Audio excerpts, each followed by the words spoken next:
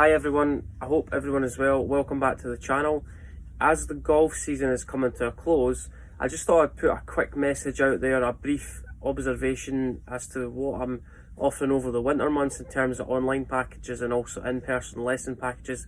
If you're looking to improve your game remotely or in person, please feel free to get in touch. I have sent out a few flyers regarding price packaging and also what we offer here also at Glenbervie Golf Club, and also online via the Skillest online coaching platform. If you're outside the UK or looking to improve your game, the work that suits around your schedule. If you have a busy kind of work life, we can work around your schedule, what's available to you, and also what we could do to almost point you in the right direction, give you a little bit of guidance, map out a plan that's going to help you set some goals, achieve your goals, and get your golf with a running head start. One of the biggest things I see on a regular basis is a simple idea or simple concept around how your right shoulder works. And this is a video on behalf of one of my Instagram followers who's struggling with a specific move that's causing a few issues within the golf swing. Right shoulder does three things. It moves in three dimensions.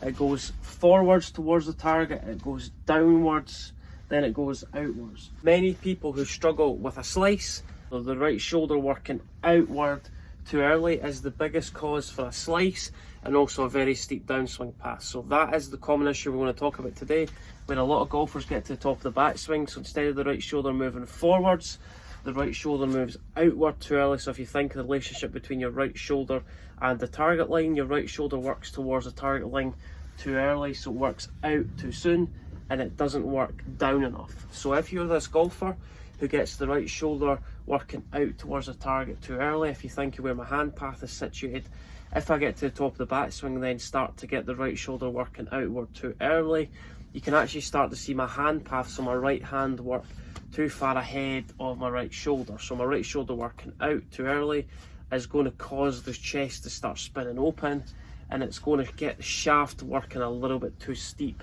in the downswing. So if you think of the shaft gets too far ahead of my right shoulder works forward, and then my right hand goes too far away from my right shoulder. So if you start to see the gap emerge between my right hand and my right shoulder, so chest spins open, left shoulder opens up too quickly, right shoulder is always going to work towards the target line in the golf ball, chest really opens up too quickly, I'm going to struggle with the path working too much across the golf ball. So out with thinking too much technically, you just need to focus on the position and the orientation of your right shoulder.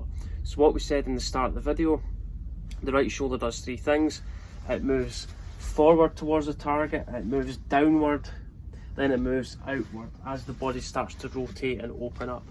We need to get that sequence in the right position, meaning that if you're somebody that struggles with an over the top downswing and also just a steep downswing, it's focusing on one body part, and that's the right shoulder. So you need to get the right shoulder working down a little bit more.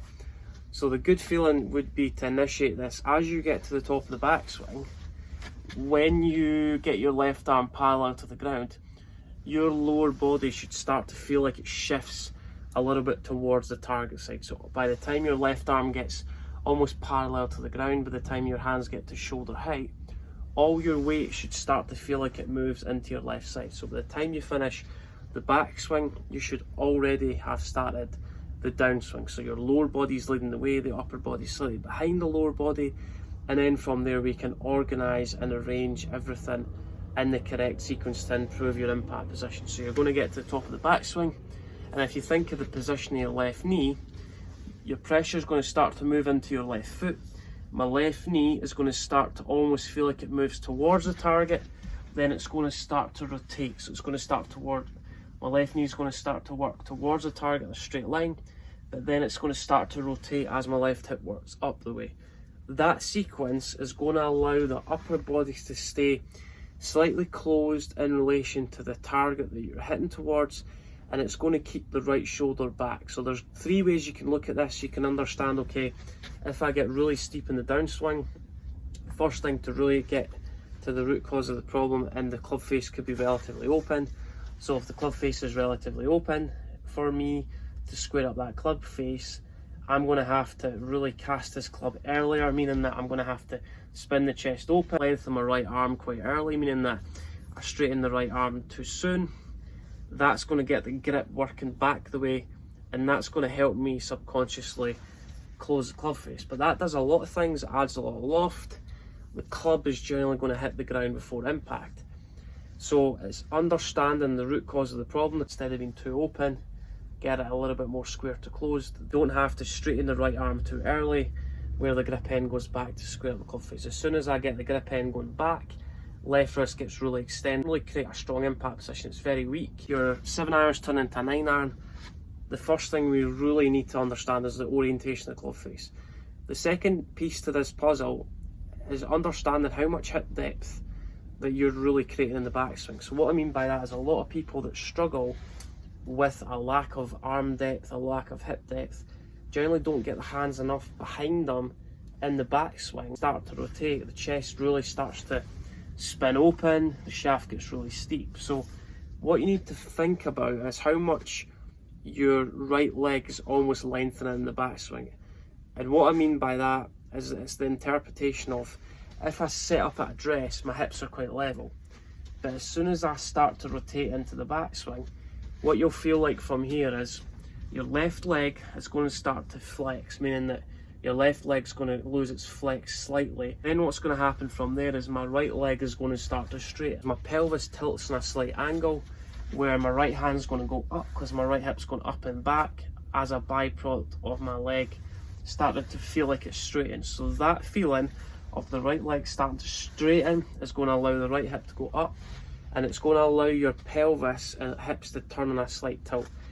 We see quite a lot of golfers who don't really rotate the hip enough behind them in the backswing. Right side of this golf club, the club head doesn't really go up enough, it stays pretty level, the grip end doesn't really go down enough. So what we need to do is we need to create a little bit more hip depth, and a really good observation and illustration is put the club basically against your hips. And what we're going to try and do from here is we're going to try and get the right hip to go up and back a little bit more. How do we initiate that? It all comes from the left leg. You need to start allowing the left knee to almost feel like it comes in a little bit closer to your right leg. So that movement of the left leg getting closer to your right leg, for us to create space, we need to almost feel like the right hip goes up. So as soon as that left leg gets closer to the right leg, we're going to have to create a bit of space and add a little bit more elevation in that right hip. So that right hip's going to go up and back. I feel like if there was a wall behind me, a simple drill you could use is put that golf club quite close to your right hip. If I don't rotate my right hip enough into the backswing, I'm not really going to create much space between my legs. So simple drill, put this golf club maybe a club head's width away from your right hip, and all we're going to try and do from here, keep your right hand as still as possible as we work to the top of the backswing. So as we work the club back, feel like your lower body really starts to rotate in a slow, methodical fashion. Many golfers rotate too early or rotate too late, so it's finding that small margin in between that. It's finding almost a middle ground. So put the club pretty much close to your right hip. As you work the club back, just try and get your right hip to touch the grip end of the club. So right hip touching that grip end of the club. So two feelings, allowing that right leg to lengthen. That's a great feeling to just try and get a little bit more rotation in this right hip. The club face in order, so club face a little bit squarer to close, your right hip more behind you. So it's almost a feeling to initiate that, try and let your left leg kick in a little bit more.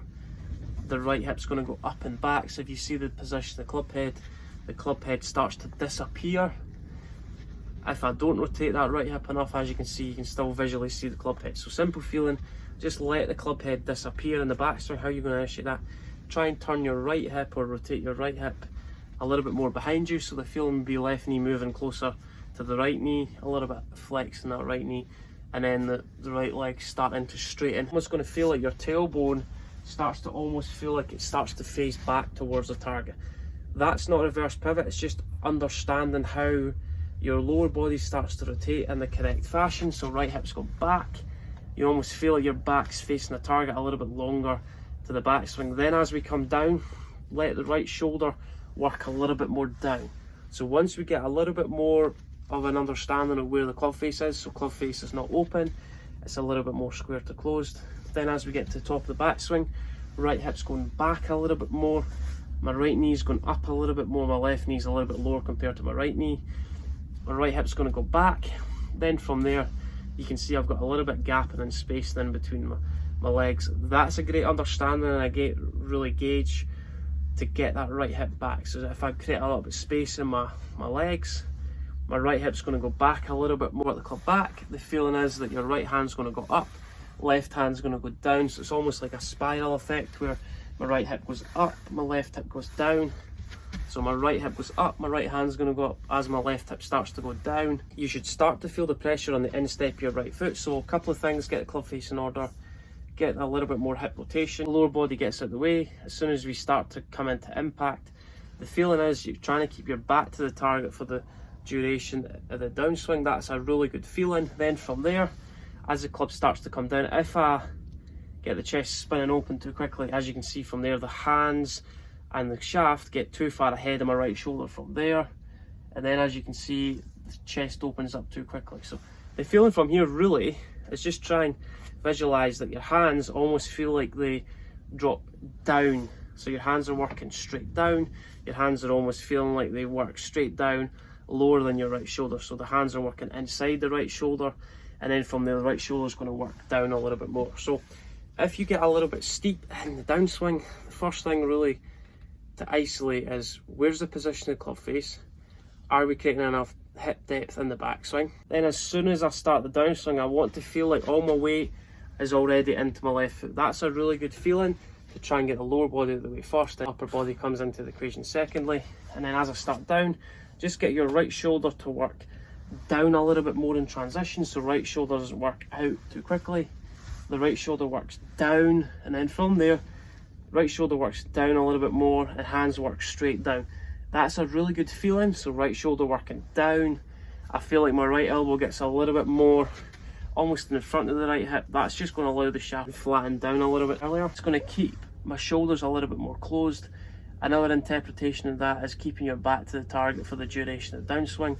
And then from there, I want to feel like my right elbow gets closer to my left elbow. Elbow feels like it moves in front of the right hip, and then my right arm stays a little bit more behind my left arm. Like my right arm's a little bit lower than my left arm, but that is a great feeling to try and help you establish where you're going wrong within your downswing. So the first thing to isolate is the position of club face. The next thing is how much hip rotation you're creating, far away from your right shoulder as possible. Then as we start to initiate the downswing, all my pressure's moving into my left foot, my lower body gets out of the way first, and then the feeling from there is let the right shoulder work down a little bit more in transition. So don't let it work out where the shaft gets steep, get the right shoulder working down. That's the feeling. And then from there, two feelings: keep the right elbow working ahead of the right hip, right arm almost a little bit lower compared to your left arm. So from there, the feeling would be that you're keeping your back to the target for the duration of the downswing. 3 simple tips to get your downswing in order if you get a little bit too steep. If you're needing any guidance or assistance with your golf swing over the next few weeks, please feel free to comment below with what you'd like to see on my channel, any content, any tips or any ideas that's going to help you eradicate any issues within your golf swing and systematically give you a few ideas to improve your golf game. To personalise and cater for your golfing needs, please feel free to get in touch. I'll send as much information over as possible. Subscribe to the channel, that'd be much appreciated.